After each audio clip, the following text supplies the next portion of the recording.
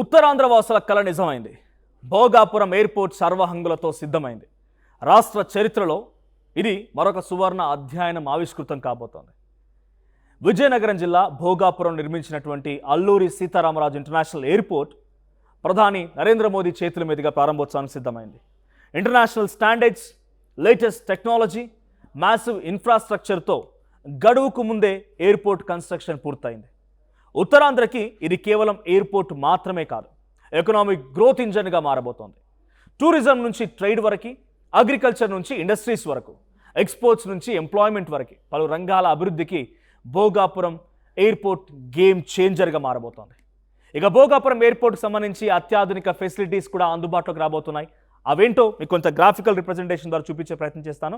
So ఒకసారి first graphics please. Air bus, Boeing వంటి పెద్ద విమానాలు సులభంగా ల్యాండ్ అయ్యేలా 3800 మీటర్స్ పొడవు, 45 మీటర్స్ వెడల్పుతో క్యాట్ ఐ రన్వే నిర్మించారంట. సో అంటే ఎయిర్ బస్ అండ్ బోయింగ్ లాంటి కీలకమైనటువంటి పెద్ద విమానాలు కూడా ఇక్కడ ల్యాండ్ అవ్వడం కోసం దాని లెంత్ అండ్ విడ్త్ని ఇంతటి స్థాయి సామర్థ్యం గల రన్వేని రూపొందించారు. క్యాట్ ఐ రన్వే ఇది ఒక లేటెస్ట్ టెక్నాలజీ. సో పెద్ద కమర్షియల్ ఎయిర్ క్రాఫ్ట్లకి అనువుగా ఈ రన్వేను సిద్ధం చేశారంట. ఇక cargo operations, next graphics please. So cargo operations కోసం 5000 చదరపు మీటర్ల విస్తీర్ణంలో కార్గో టర్మినల్ నిర్మించారు. ఎంత? కార్గో టర్మినల్ 5000 చదరపు మీటర్ల విస్తీర్ణంలో 25,000 టన్నుల సరుకు రవాణా టర్మినల్ అది. అంటే ఏటా సుమారుగా 25,000 టన్స్ సరుకుని అంటే గూడ్స్ని హ్యాండిల్ చేసే సామర్థ్యం కూడా ఉంటుందంట. అయితే ఈ టర్మినల్కి అటువంటి ఒక స్పెషాలిటీ ఉంది. సో దీంతో ఉత్తరాంధ్రలో ఉత్పత్తి అయ్యేటువంటి అగ్రికల్చర్ ప్రోడక్ట్స్ కానీ, మరైన్ ప్రోడక్ట్స్ కానీ, ఇండస్ట్రియల్ గూడ్స్ని వేగంగా దేశ విదేశీ మార్కెట్లకి తరలించేందుకు ఈ ఎయిర్పోర్ట్ చాలా కీలకంగా మారబోతోంది. ఇక ప్యాసింజర్ టర్మినల్ బిల్డింగ్ విషయానికి వస్తే 2 అంతస్తుల్లో 79,000 చదరపు మీటర్ల విస్తీర్ణంలో దీన్ని నిర్మించారు. చెక్ ఇన్ కౌంటర్స్ నుంచి బ్యాగేజ్ రీక్లెయిమ్ వరకు, out bound, in bound baggage screening నుంచి ఎయిర్లైన్ ఆఫీసెస్ వరకు, passenger security screening, immigration, commercial spaces, food and beverages services వంటి అన్ని సదుపాయాలు ఇందులో ఉండబోతున్నాయి. ఇక టర్మినల్ రూఫ్ కింద ప్రత్యేకంగా ఎయిర్పోర్ట్ ప్లాజాని ఏర్పాటు చేశారు. Self service kiosks, ticket counters, retail units, food and beverages outlets వంటి సౌకర్యాలని ప్రయాణికులకి అందుబాటులోకి తీసుకొచ్చారు. ఇక passenger baggage screening, staff checking, goods delivery వంటి ప్రక్రియల్ని ఇంటర్నేషనల్ సెక్యూరిటీ స్టాండర్డ్స్కి అనుగుణంగా నిర్వహించేలా సెక్యూరిటీ సిస్టమ్ని ఏర్పాటు చేశారు.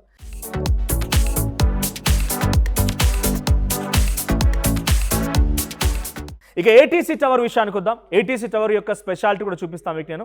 సో ఏటీసీ టవర్ 55 మీటర్ల ఎత్తులో 11,000 చదరపు మీటర్ల విస్తీర్ణంలో దీన్ని నిర్మించారంట. ఎయిర్పోర్ట్లో ఏటీసీ టవర్ కూడా ప్రత్యేక ఆకర్షణగా నిలవబోతోంది. సుమారు 55 మీటర్ల ఎత్తులో 11,000 చదరపు మీటర్ల విస్తీర్ణంలో ఈ టవర్ నిర్మించారు. 360 డిగ్రీస్లో ఎయిర్ క్రాఫ్ట్ మూమెంట్ని మానిటర్ చేసేలా దీన్ని రూపొందించారు. ఇక విమానాలు టేక్ ఆఫ్, ల్యాండింగ్తో పాటు ఎయిర్ ట్రాఫిక్ను కూడా సమర్థవంతంగా కంట్రోల్ చేసేలా అత్యాధునిక సదుపాయాల్ని ఏర్పాటు చేశారు. ఇక ఎంఆర్ఓ ఫెసిలిటీ, సో ఒకసారి దాని గురించి కూడా ఒక చిన్న గ్రాఫిక్ ప్లేట్ ఉంది. సో ఏవియేషన్ సెక్టార్, సో ఏంటి ఎంఆర్ఓ 25 ఎకరాల విమానాల నిల్వ అంటే పార్కింగ్ ఏరియా వాటిని స్టోర్ అక్కడ హోల్డ్ చేయడానికి. ఏవియేషన్ సెక్టార్కి కీలకమైనటువంటి ఎంఆర్ఓ ఫెసిలిటీని కూడా ఎయిర్పోర్ట్లో అభివృద్ధి చేస్తున్నారట. సుమారు 25 ఎకరాల్లో మెయింటెనెన్స్, రిపేర్ అండ్ ఓవర్హోల్, ఎంఆర్ఓ అంటే మెయింటెనెన్స్ కానీ, రిపేర్ కానీ, ఓవర్హోల్ ఫెసిలిటీస్ వీటి కోసం ఏర్పాటు చేశారు 25 ఎకరాల్లో. ఇక ఎయిర్ క్రాఫ్ట్ మెయింటెనెన్స్, రిపేర్స్, ఓవర్హోల్తో పాటు aprons, air craft washing areas, air side land slides, circulation, hangers, engine run-up base వంటి సదుపాయాల్ని కూడా అందుబాటులోకి రాబోతున్నాయంట. ఎయిర్పోర్ట్ డిజైన్ కూడా ప్రత్యేక ఆకర్షణగా నిలుస్తోంది. సో జిఎంఆర్ సంస్థ ఈ ఎయిర్పోర్ట్ పైన ప్రత్యేక శ్రద్ధ పెట్టింది. సముద్ర తీరానికి సమీపంగా ఉండడంతో ఈ టర్మినల్ని ఫ్లయింగ్ ఫిష్ షేప్ని పోలినట్టుగా నిర్మించారంట. ఎయిర్పోర్ట్ టర్మినల్ సీలింగ్ పై కూడా ట్రెడిషనల్ ముగ్గులని ప్రత్యేక ఆకర్షణగా దాన్ని ఏర్పాటు చేశారు. సో ఎయిర్పోర్ట్కి అనుబంధంగా కమర్షియల్ హబ్, హోటల్స్, ఎంటర్టైన్మెంట్ జోన్స్తో సో జిఎంఆర్ ఏరో సిటీని కూడా అభివృద్ధి చేస్తున్నారు అక్కడ ఆ నియర్ బై ప్రిమిసెస్లో. విశాఖపట్నం నుంచి భోగాపురం ఎయిర్పోర్ట్కి కనెక్టివిటీని పెంచేందుకు చేపట్టినటువంటి 7 ప్రధాన రోడ్లలో ఇప్పటికే 5 కంప్లీట్గా అయిపోయాయి. ఇక మిగిలినటువంటి పనులు కూడా చాలా వేగంగా కొనసాగుతూ ఉన్నాయి. సో ప్యాసింజర్ కెపాసిటీ కూడా భారీగానే ఉండబోతోంది. మొదటి దశలో ఏడాదికి 60 లక్షల మంది ప్రయాణికులను హ్యాండిల్ చేసేలా ఎయిర్పోర్ట్ని రెడీ చేస్తున్నారు. ఇక సెకండ్ ఫేజ్లో ఈ కెపాసిటీని 1.2 crores అంటే ఆ సామర్థ్యానికి పెంచబోతున్నారు. ఇక థర్డ్ ఫేజ్లో ఫుల్ స్కేల్ డెవలప్మెంట్ పూర్తయితే ఏటా 1,80,00,000 మందికి ప్రయాణికులకి సేవలు అందించేందుకు ఆ స్థాయిలో ఎయిర్పోర్ట్ని విస్తరించబోతున్నారట. ఈ ఎయిర్పోర్ట్ అందుబాటులోకి వస్తే ప్యాసింజర్ ట్రాఫిక్ మాత్రమే కాకుండా agriculture products, marine products, industrial products, exports కూడా మరింతగా రెట్టింపయ్యే అవకాశం కూడా ఉంది.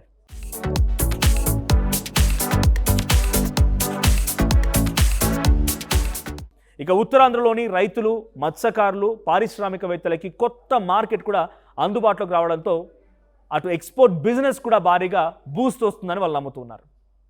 ఇక భోగాపురం ఎయిర్పోర్ట్కి సంబంధించి 2023 మే 3న శంకుస్థాపన చేశారు. మొత్తం కన్స్ట్రక్షన్ కాస్ట్, ఒకసారి కన్స్ట్రక్షన్ కాస్ట్ విషయానికి వస్తే, సో 2023 మే 3న దీని శంకుస్థాపన జరిగింది. సో మొత్తం కన్స్ట్రక్షన్ కాస్ట్ ప్లే చేయండి. సో మొత్తం కన్స్ట్రక్షన్ కాస్ట్ వచ్చేసి 4,750 కోట్ల రూపాయలు. అంటే నెక్స్ట్ గ్రాఫిక్ ప్లే. సో 4,750 కోట్ల రూపాయలని ఈ ఎయిర్పోర్ట్ కోసం వెచ్చించినటువంటి డబ్బు. రైట్, ఎయిర్పోర్ట్ కోసం ఎంత మరి ఎన్ని ఎకరాలు దీన్ని ఉపయోగించారు? Next graphic plate. 2,203 ఎకరాల విస్తీర్ణంలో దీన్ని వినియోగించారట. ఇక ఏవియేషన్ రిలేటెడ్ ఇండస్ట్రీస్ కోసం అదనంగా 500 ఎకరాలని, సో ఎంత మొత్తం విస్తీర్ణం? 2,203 ఎకరాలు. Next graphic plate. And one more, so దీంట్లో 500 ఎకరాలని జిఎంఆర్ అనేటువంటి ఆ అనుబంధ పరిశ్రమలు, జిఎంఆర్ 500 ఎకరాలు విమానయాన అనుబంధ పరిశ్రమలు ఆ సంస్థకు అప్పగించారు 500 acres. సో ఈ ప్రాంతంలో విమానయాన అనుబంధ పరిశ్రమలు ఏర్పాటు కాబోతున్నాయి. సో మరోవైపు భీమిలి మండలం అన్నవరంలో 136.33 ఎకరాలు, అంటే సుమారుగా 137 ఎకరాల్లో జిఎంఆర్ మన్సాస్ ఎడుసిటీ ఏర్పాటు కూడా అడుగులు పడుతూ ఉన్నాయి. సో అంటే ఏవియేషన్, ఏరోస్పేస్, డిఫెన్స్ ఈ రంగాలకు అవసరమైనటువంటి హ్యూమన్ రిసోర్స్ని కూడా తయారు చేయడమే ఈ ఎడుసిటీ యొక్క మెయిన్ టార్గెట్. పైలట్స్ని, ఏరోస్పేస్ ఇంజనీర్స్ని, డిఫెన్స్ సెక్టార్ ఎక్స్పర్ట్స్ వంటి నిపుణులను కూడా తయారు చేసేలా ఈ ప్రాజెక్ట్ని అభివృద్ధి చేయబోతున్నారు.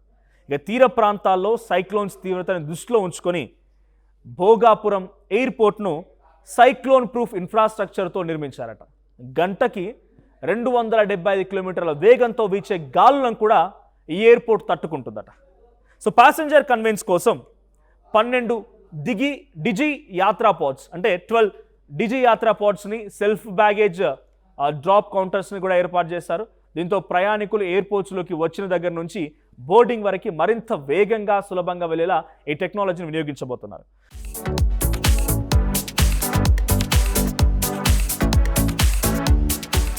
ఈ ఎయిర్పోర్ట్ ఎదురుగా జిఎంఆర్ టౌన్షిప్ని కూడా అభివృద్ధి చేయబోతున్నారు.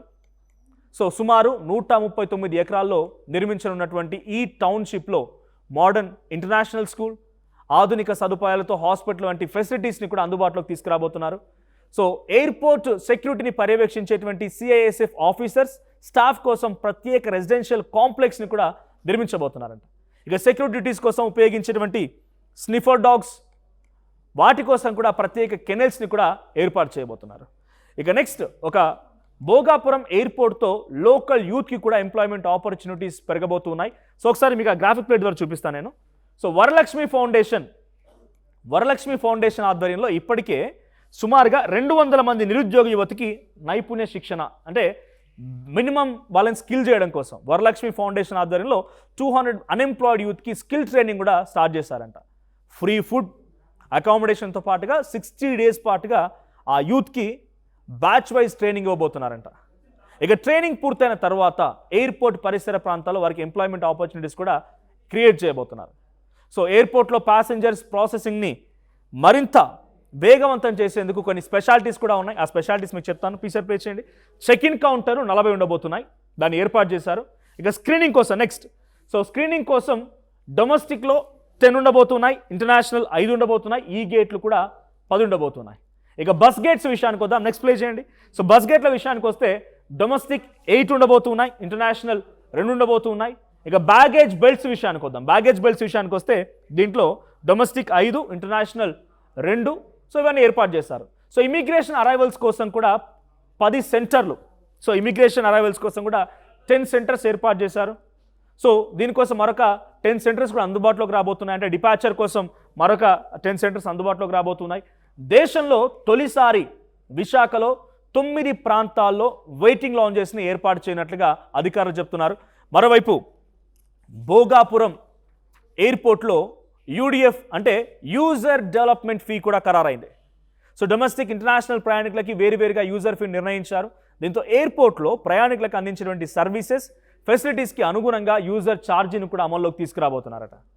సో మొత్తంగా భోగాపురం ఎయిర్పోర్ట్ అంటే ఒక రన్వే, ఒక టర్మినల్, కొన్ని ఫ్లైట్స్ మాత్రమే కాదు, ఇది ఉత్తరాంధ్రకి న్యూ ఎకనామిక్ గేట్వేగా మారబోతోంది. టూరిజంకి బూస్ట్ ఉంటుంది, ఎక్స్పోర్ట్స్ స్పీడప్ అవుతాయి, ఇండస్ట్రీస్కి కనెక్టివిటీ పెరుగుతుంది, యూత్కి ఎంప్లాయ్మెంట్ పెరుగుతుంది. ఇలా అనేక రంగాలకి భోగాపురం ఎయిర్పోర్ట్ కొత్త అవకాశాలకు వేదిక కాబోతోంది. ఇక విశాఖ ఎయిర్పోర్ట్పై ఉన్నటువంటి ఒత్తిడిని తగ్గించడంతో పాటు ఉత్తరాంధ్రని నేషనల్ ఇంటర్నేషనల్ ఏవియేషన్ నెట్వర్క్తో మరింత బలంగా కనెక్ట్ చేయబోతోంది. అందుకే భోగాపురం ఎయిర్పోర్ట్ ప్రారంభం ఉత్తరాంధ్ర అభివృద్ధిలో ఒక కొత్త టేక్ ఆఫ్. ఇక నుంచి ఉత్తరాంధ్ర ఆకాశంలో విమానాలు మాత్రమే కాదు, కొత్త అవకాశాలు కూడా ఎగరబోతున్నాయి. సో భోగాపురం ఎయిర్పోర్ట్ ఇప్పుడు ఏర్పాటైంది, ఆల్రెడీ లాంచింగ్కి సిద్ధంగా ఉంది. సో దీనిపైన మీ రియాక్షన్స్ ఏంటి? మీరు ఎవరైనా అటువైపుకి వెళ్ళినప్పుడు మీకు అక్కడ ఒక అద్భుతమైనటువంటి కళాఖండాన్ని, అద్భుతమైనటువంటి కన్స్ట్రక్షన్ని మీరు చూసే ఉంటారు. సో రేపటి రోజున అందుకోబోయేటువంటి అవకాశాల విషయంలో మీ అభిప్రాయం ఏంటి కామెంట్ చేయండి. ఇటువంటి మరిన్ని ఇంట్రెస్టింగ్ అప్డేట్స్ కోసం వెంటనే ఆర్ స్ట్రీమ్ని సబ్స్క్రైబ్ చేసుకోండి.